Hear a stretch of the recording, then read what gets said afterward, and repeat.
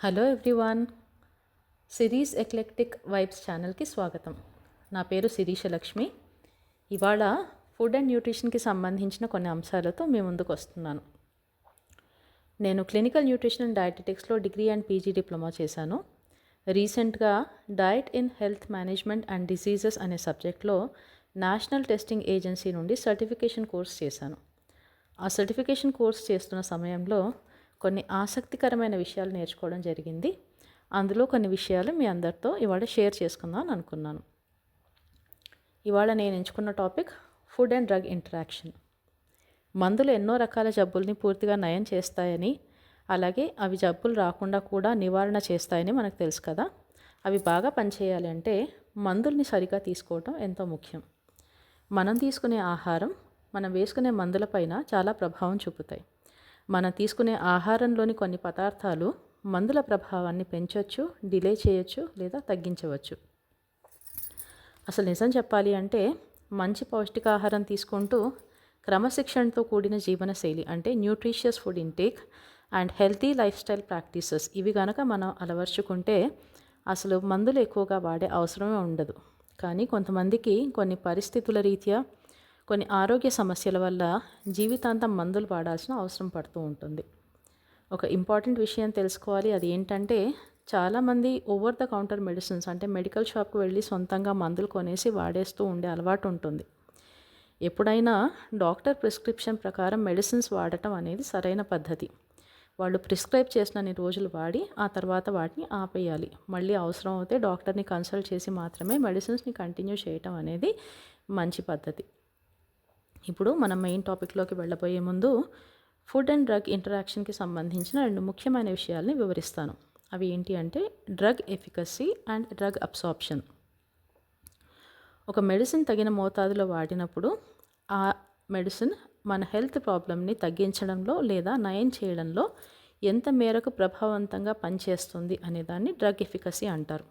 అంటే ఒక మెడిసిన్ మన శరీరంలో ప్రవేశించిన తర్వాత ఎంత సమర్థవంతంగా పనిచేస్తుంది అనేదాన్ని డ్రగ్ ఎఫికసీ అంటారు. అలాగే ఒక మెడిసిన్ మన శరీరంలోకి ప్రవేశించి రక్త ప్రసరణలో చేరే ప్రక్రియని డ్రగ్ అబ్సార్ప్షన్ అంటారు. అంటే మెడిసిన్ తీసుకున్నప్పుడు అది మన జీర్ణాశయం ద్వారా కానీ లేదా ఇతర మార్గాల ద్వారా కానీ శరీరంలోకి ప్రవేశించి రక్త ప్రసరణ ద్వారా శరీరంలోని వివిధ భాగాలకు చేరుతుంది. సింపుల్గా చెప్పాలి అంటే మందు మన శరీరానికి ఎంత బాగా వంట పడుతుంది అనేదాన్ని డ్రగ్ అబ్సార్ప్షన్గా చెప్పుకోవచ్చు. ఇప్పుడు మనం మెయిన్ టాపిక్లోకి వెళ్ళిపోదాం. ఫస్ట్ ఒక చిన్న ఉదాహరణగా తీసుకొని చెప్పాలి అంటే మన శరీరానికి ఐరన్ ఎంతో అవసరం అని తెలుసు కదా.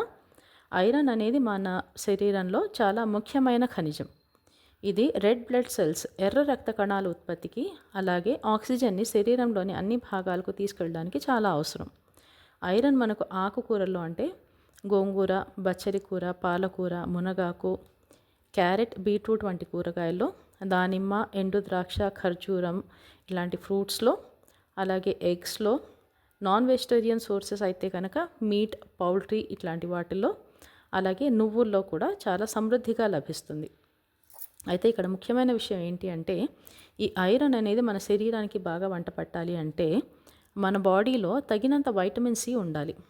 ఈ వైటమిన్ సి అనేది మనకు బత్తాయి పండ్లు, ఉసిరికాయలు, నిమ్మకాయలు, స్ట్రాబెర్రీ, పైనాపిల్ ఇలాంటి సిట్రస్ ఫ్రూట్స్లో అంటే నిమ్మజాతి పండ్లలో బాగా లభిస్తుంది. సో అనీమిక్ ఉండి అంటే ఐరన్ డెఫిషియన్సీ ఉండి ఐరన్ ట్యాబ్లెట్స్ లేదా సప్లిమెంట్స్ తీసుకునేవాళ్ళు కానీ లేదా నార్మల్గానే ఐరన్ ఎక్కువగా ఉండే ఆహారం తీసుకునేటప్పుడు కానీ వాటితో పాటు వైటమిన్ సి ఎక్కువగా ఉండే ఆహార పదార్థాలు తీసుకున్నట్లయితే కనుక మనకు ఐరన్ అబ్సార్ప్షన్ అనేది బాగా జరుగుతుంది. అంటే ఐరన్ అనేది మనకు బాగా వంట పడుతుందన్నమాట. ఇప్పుడు ఫ్రూట్ జ్యూసెస్ గురించి చెప్పుకోవాల్సి వస్తే ఎప్పుడైనా ఫ్రూట్స్ని జ్యూసెస్ లాగా కాకుండా ఫ్రూట్ యాజ్ ఏ హోల్ అలా తీసుకుంటే మంచిది.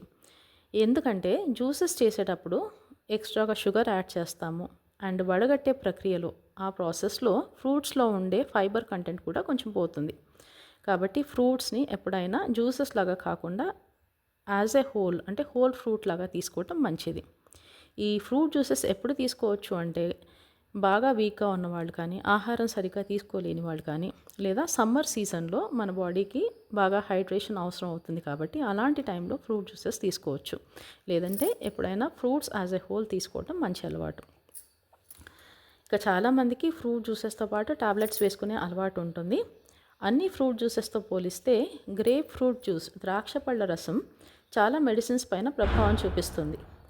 ఈ ద్రాక్ష పళ్ళ రసం ఆ మెడిసిన్ యొక్క జీవక్రియ అంటే మెటబాలిజంను ప్రభావితం చేసి లివర్ యొక్క సామర్థ్యం కూడా మారిపోయేలా చేస్తుందని చాలా పరిశోధనలో వెల్లడైన విషయం. కాబట్టి ద్రాక్ష పళ్ళ రసంతో ఎలాంటి మెడిసిన్స్ తీసుకోకపోవటం మంచిది. అలాగే కొన్ని బీపీ తగ్గించే మెడిసిన్స్ లైక్ అటెన్ 25, అటెన్ 50 ఇలాంటి టాబ్లెట్స్ ఆరెంజ్ జ్యూస్తో తీసుకుంటే ఆ మెడిసిన్ అబ్సార్ప్షన్ తగ్గిపోతుంది. దీనివల్ల ఆ మెడిసిన్ లెవెల్స్ బాడీలో తగ్గిపోయి ఆ మందు ప్రభావం కూడా తగ్గిపోతుంది. సో బీపీ టాబ్లెట్స్ వాడేవాళ్ళు ఇలాంటి ఫ్రూట్ జ్యూసెస్ని కొంచెం గ్యాప్ ఇచ్చి తీసుకోవటం మంచిది. అంటే మొత్తానికి మానేయాల్సిన అవసరం లేదు. ఈ టాబ్లెట్స్తో తీసుకోకుండా టాబ్లెట్స్ తీసుకున్న తర్వాత కొంచెం గ్యాప్ ఇచ్చి ఇలాంటి జ్యూసెస్ తీసుకోవచ్చు. ఇప్పుడు కొన్ని జనరల్గా వాడే మందులు, ఆ మందుల పైన మన ఆహారం చేసే ప్రభావం ఎలా ఉంటుందో వాటి గురించి క్లుప్తంగా తెలుసుకుందాం. ఈ మధ్యకాలంలో చిన్న పెద్ద అని తేడా లేకుండా చాలామంది ఎదుర్కొంటున్న సమస్య గ్యాస్ట్రిక్ ట్రబుల్. దీర్ఘకాలంగా గ్యాస్ట్రిక్ ట్రబుల్తో బాధపడే వాళ్ళకి డాక్టర్స్ కొన్ని మందుల్ని ప్రిస్క్రైబ్ చేస్తూ ఉంటారు. ఈ మందులు కడుపులో గ్యాస్ట్రిక్ యాసిడ్ ఎక్కువగా విడుదల కాకుండా చేసి దానివల్ల కడుపులో మంట, ఇండైజెషన్, అల్సర్స్, కడుపులో వికారంగా ఉండటం, వామిటింగ్ సెన్సేషన్ లాంటి ఇబ్బందులు తగ్గిస్తాయి. ఈ గ్యాస్ట్రిక్ ట్రబుల్కి సోంప్రాస్ డి, ర్యాబ్లెట్, రాజోడి, ప్యాంటాప్, ప్యాండి ఇలాంటి టాబ్లెట్స్ 20 mg 40 mg ఇలాంటి డోసెస్లో ఇస్తూ ఉంటారనమాట. అయితే ఈ టాబ్లెట్స్ ఏ సమయంలో తీసుకుంటే మంచిది అంటే ఎప్పుడైనా ఈ గ్యాస్ట్రిక్ ట్రబుల్కి సంబంధించిన టాబ్లెట్స్ పరగడుపున తీసుకుంటే మంచిది. అంటే ఉదయం టీ కాఫీ కూడా తాగకముందే ఈ టాబ్లెట్స్ వేసుకున్నట్లయితే ఈ టాబ్లెట్స్ ఇంకా ఎఫెక్టివ్గా పనిచేస్తాయి. కొంతమందికి బ్రేక్ఫాస్ట్కి ఒక అరగంట ముందు తీసుకునే అలవాటు ఉంటుంది, అలా కూడా తీసుకోవచ్చు. కానీ పరగడుపున కనుక ఈ టాబ్లెట్స్ తీసుకున్నట్లయితే ఈ టాబ్లెట్స్ ఇంకా బాగా పనిచేస్తాయి అన్నమాట. నెక్స్ట్, ఫీవర్ అండ్ ఒళ్ళు నొప్పులకి, బాడీ పెయిన్స్కి వాడే మెడిసిన్స్ ఎలా తీసుకుంటే మంచిదో చూద్దాం.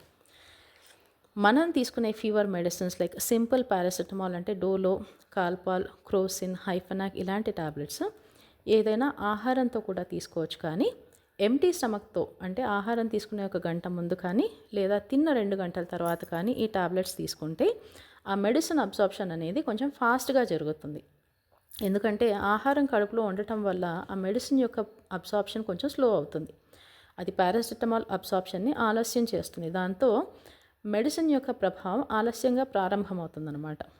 అందుకని ఈ ఫీవర్ టాబ్లెట్స్ వేసుకునేటప్పుడు ఆహారాన్ని కొంచెం గ్యాప్ ఇచ్చి తీసుకుంటే మెడిసిన్ త్వరగా పనిచేసి దానివల్ల ఫీవర్ అండ్ ఒళ్ళు నొప్పుల నుండి త్వరగా రిలీఫ్ వస్తుంది. నెక్స్ట్, పెయిన్ కిల్లర్స్ గురించి చెప్పుకుందాం. ఈ పెయిన్ కిల్లర్స్ ఎలాంటి సందర్భాల్లో వాడతారు అంటే ఒళ్ళు నొప్పులు, కండరాల నొప్పులు, మెన్స్ట్రువల్ పెయిన్స్, ఆర్థరైటిస్, బాడీలో ఇన్ఫ్లమేషన్ అంటే వాపు ప్రక్రియ లాంటిది ఏదైనా ఉంటే దాన్ని తగ్గించడానికి ఈ పెయిన్ కిల్లర్స్ వాడుతూ ఉంటారు. వాస్తవంగా చెప్పాలి అంటే ఈ పెయిన్ కిల్లర్స్ ఎక్కువగా వాడకపోవటం మంచిది. ఎందుకంటే ఇవి హ్యాబిట్ ఫార్మింగ్ అయిపోతాయి. అంతేకాకుండా దీర్ఘకాలంగా ఈ పెయిన్ కిల్లర్స్ కనుక వేసుకున్నట్లయితే చాలా సైడ్ ఎఫెక్ట్స్ వచ్చే ప్రమాదం కూడా ఉంటుంది. సో వీటిని ఎంత తక్కువగా ఉపయోగిస్తే అంత మంచిది. ఇప్పుడు కొన్ని కామన్గా వాడే పెయిన్ కిల్లర్స్ ఏంటో చూద్దాం. బ్రూఫెన్, ఐమాల్, నాప్రాక్సన్, డిస్ప్రిన్ అండ్ డైక్లోఫెనాక్ ఇలాంటివి పెయిన్ కిల్లర్స్ కోవలోకి వస్తాయి. ఈ రకమైన పెయిన్ కిల్లర్స్ ఏం చేస్తాయంటే జనరల్గా కడుపులోని లైనింగ్ని ఇరిటేట్ చేస్తాయి. దానివల్ల ఇండైజెషన్, స్టమక్ అప్సెట్, ఒక్కోసారి అల్సర్స్ కూడా ఏర్పడే అవకాశాలు ఉంటాయి. కాబట్టి ఎప్పుడైనా ఈ నొప్పులకు వాడే మాత్రల్ని పాలతో కానీ లేదా ఏదైనా ఆహారంతో కానీ తీసుకోవాలి. పాలు ఏం చేస్తాయంటే కడుపులోని లోపల పొరని కప్పేసి అసిడిటీని తగ్గించడంలో సహాయపడుతుంది. దానివల్ల కడుపులో ఇబ్బందులు కూడా తగ్గిపోతాయి. అయితే లాక్టోస్ ఇంటాలరెన్స్ అని ఉంటుంది, అంటే పాల అలర్జీ. ఈ లాక్టోస్ ఇంటాలరెన్స్ ఉన్నవాళ్ళు పాలను తాగడం వల్ల వాళ్ళకి కడుపులో గ్యాస్ ఫామ్ అవ్వటం, కాన్స్టిపేషన్, కడుపులో మంట వంటి సమస్యలు ఎదుర్కొనే అవకాశం ఉంటుంది. కాబట్టి పాలు తాగే ముందు వాళ్ళ బాడీ రెస్పాన్స్ని గమనించడం చాలా ముఖ్యం. అండ్ ఈ టాబ్లెట్స్ ఆహారంతో కూడా తీసుకోవచ్చు అని చెప్పాం కదా. ఆహారంతో తీసుకోవచ్చు అని అంటే స్పైసీ ఫుడ్, మసాలాలు ఎక్కువగా ఉండే ఆహారం కానీ, పచ్చళ్ళు ఇలాంటి వాటితో కాకుండా నార్మల్ ఫుడ్తో కనుక తీసుకున్నట్టయితే ఇలాంటి గ్యాస్ట్రిక్ ఇష్యూస్ రాకుండా కాపాడుకోవచ్చు అనమాట. అంటే సైడ్ ఎఫెక్ట్స్ని తగ్గించవచ్చు. నెక్స్ట్ యాంటీబయాటిక్స్ గురించి చెప్పుకుందాం. మనం తీసుకునే ఆహారం, మనం వాడే యాంటీబయాటిక్ మందుల పైన ఎంతో ప్రభావం చూపిస్తాయి. ఎప్పుడైనా కొన్ని రకాల యాంటీబయాటిక్స్ పాలతో తీసుకోకూడదు. ఎందుకంటే పాలలో ఉండే కాల్షియం అండ్ మెగ్నీషియం వంటి ఖనిజాలు యాంటీబయాటిక్స్ మన శరీరంలో పూర్తిగా అబ్జార్బ్ అవ్వకుండా అడ్డుకుంటాయి. బ్యాక్టీరియల్ ఇన్ఫెక్షన్స్కి వాడే సిప్రోఫ్లాక్ససిన్ కాంబినేషన్లో ఇచ్చే డ్రగ్స్ అంటే సిప్రాన్ వంటి యాంటీబయాటిక్స్ పాలతో తీసుకుంటే పాలలో ఉండే కాల్షియం అండ్ కేసీన్ అనే ప్రోటీన్ మందు ప్రభావాన్ని తగ్గిస్తాయి. అలాగే సోర్ థ్రోట్ అంటే గొంతు నొప్పి కానీ, ఈఎన్టీ ఇన్ఫెక్షన్స్, జలుబు, దగ్గు, తుమ్ములు లేదా లంగ్ ఇన్ఫెక్షన్స్ ఇలాంటి వాటికి అజిత్రాల్ వంటి టాబ్లెట్స్ ఇస్తూ ఉంటారు. ఇవి ఏ టైంలో తీసుకుంటే మంచిది అంటే ఈ టాబ్లెట్స్ ఆహారం తీసుకునే 1 గంట ముందు కానీ, ఆహారం తీసుకున్న 2 గంటల తర్వాత కానీ తీసుకోవాలి. నెక్స్ట్ టెట్రాసైక్లిన్ యాంటీబయాటిక్స్ అని ఇదొక గ్రూప్ ఆఫ్ యాంటీబయాటిక్స్ ఉంటాయి. ఇవి respiratory tract infections and urinary tract ఇన్ఫెక్షన్స్కి వాడే మెడిసిన్స్ అన్నమాట. ఇవి పాలతో తీసుకుంటే పాలలో ఉండే కాల్షియం మందు ప్రభావాన్ని తగ్గిస్తుంది.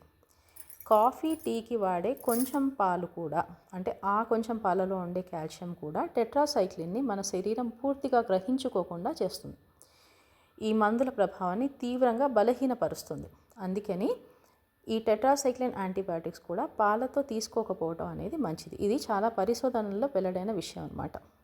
సో ఎప్పుడైనా యాంటీబయాటిక్స్ పాలతో తీసుకోకుండా పాలు తీసుకున్న తర్వాత కొంచెం గ్యాప్ ఇచ్చి వేసుకోవటం కానీ, లేకపోతే అవి వేసుకున్న తర్వాత కొంచెం గ్యాప్ ఇచ్చి పాలు, టీ, కాఫీ అలవాటు ఉంటే అలా తీసుకోవడం కానీ మంచిది. సో మరికొన్ని మెడిసిన్స్ అండ్ వాటిపైన మన ఆహార ప్రభావం ఎలా ఉంటుందో నెక్స్ట్ వీడియోలో తెలుసుకుందాం.